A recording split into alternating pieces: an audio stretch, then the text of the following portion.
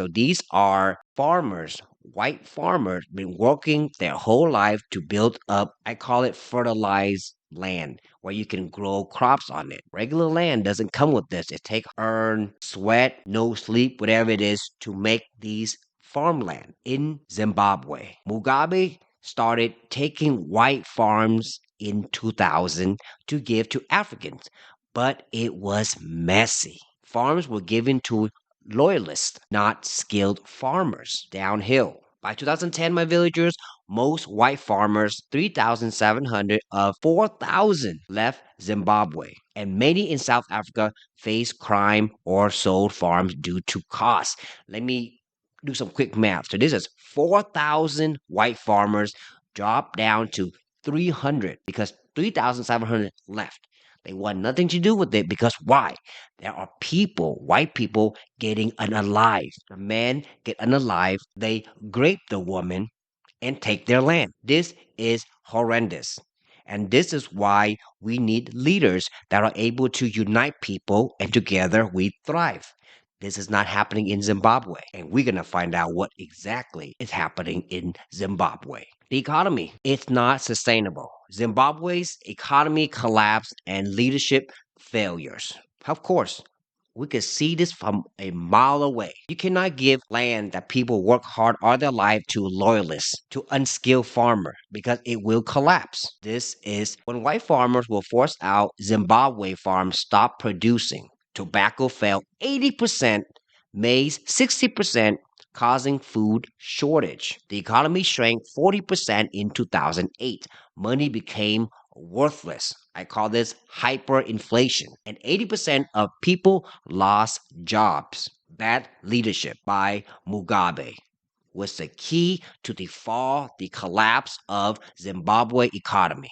I'm sorry, my villagers, I can't sugarcoat it. I'm not a doctor. He gave land to friends, not farmers, and didn't train new owners. Bam, strike one. He printed too much money, causing prices to skyrocket. Bam, strike two. Strike three is going to fall like an avalanche onto the people. His actions scared away investors and brought sanctions. Other nations. Because when other nations see you as a failed leaders, they don't want to invest with you because you have no idea what you're doing. And this is where I get very angry when I see this because this reminds me of a communist rule country. I fled Vietnam because of similarity like this. And I'm sorry to the Africans that fell for Mugabe trap, Mugabe wise words, but he is not doing what he's supposed to. You can't give land to friends, not farmers. Who's going to grow for your country? Your friends are not going to do it because they lack the experience. Let me continue. South Africa avoided this because leaders like Mandela kept farms running and the economy stable, though land issues remain. Mandela smarter than Mugabe. But let me continue. Zimbabwe collapse wasn't just losing white farmers, it was poor planning and greed.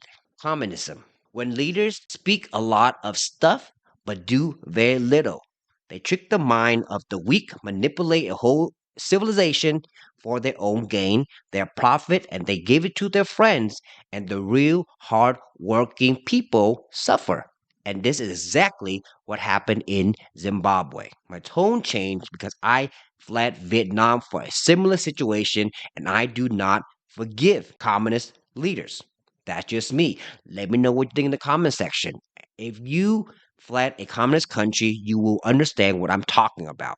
But let me continue, villagers, because the end of all this madness, we need to look at how can we come together? How can we unite to help people? White farmers built strong economies in Zimbabwe and South Africa, but their land came from unfair colonial times. This is a fact. Zimbabwe's collapse show what happens when leaders act for power, not people. Land reform failed without training or fairness. South Africa's story shows better leadership can keep things stable. Fairness is still needed.